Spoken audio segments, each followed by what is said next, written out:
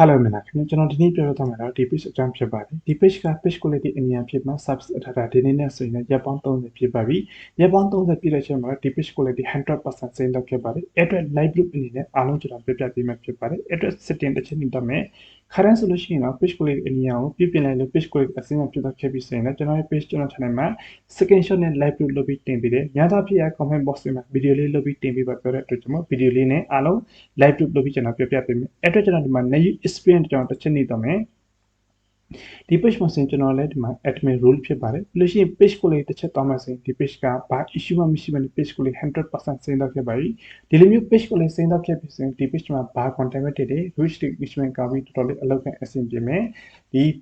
လိုမျိုး page ကိုလေးအစိမ်းအဖြစ်တော့ခဲ့ပြီဆိုလို့ရှိရင်ဒီ page မှာ follower မဖြစ်သေးတဲ့လူတွေစီလေဒီ page မှာတင်တဲ့ content automatic suggested ရတဲ့အတွက်ကြောင့် reach engagement ကောင်းပြီးမှအလောက်ကအဆင်ပြေတယ်တကယ်လို့ page ကဇယုံစီကိုလုပ်တဲ့ page နဲ့ဇယုံစီတော်တော်လေးအဆင်ပြေမယ်အခြားသောအလောက်ကန်လို့ဆိုတော့ reach engagement ရတဲ့အတွက်ကြောင့်တော်တော်လေးအဆင်ပြေတယ်ပေါ့နော်ဒီ page ကကျွန်တော်ကို search engine service အတော့ဆိုရင်သူရဲ့ page မှာ straight legend ဒီမှာ copy post copy video copy tab ပုံတင်တဲ့အတွက်ကြောင့်မတိနားမလဲပဲတင်တဲ့အတွက်ကြောင့်သူရဲ့ page မှာ straight legend ဒီမှာ page ကိုလေးအနည်းဖြစ်မှာ reach engagement ကြတော့ခဲ့တဲ့ page suggested ကြတော့ခဲ့တဲ့အတွက်ကြောင့်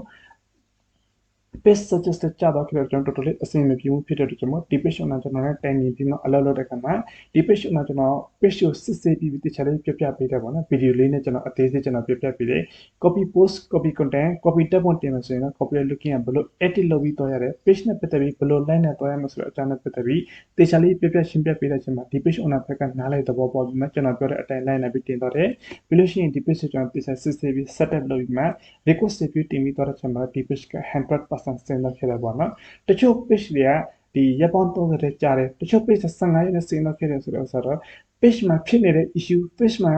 ဖြစ်နေတဲ့အမှားနဲ့ပတ်သက်ပြီးတက်ဆိုင်ပြီးတော့ပါတယ်တချို့ page ကအမှားနည်းတယ်ဆိုလို့ရှိရင်ခဏလေးနဲ့ပြန်စင်းတယ်တကယ်လို့ page ကအမှားများတယ်ဆိုရင်ကျွန်တော်ဖြစ်ကြလို့ပြုပြင်ရတဲ့အချိန်ကြာတဲ့အတွက်ကြောင့်မို့လို့ရှိရင် Facebook တင်ကို review ပို့ရတဲ့အချိန်ကြာတဲ့အတွက်ကြောင့်နည်းနည်းကျဉ်းကျတော့ခဲ့တဲ့မျိုးလို့ရှိတယ်ပေါ့နော်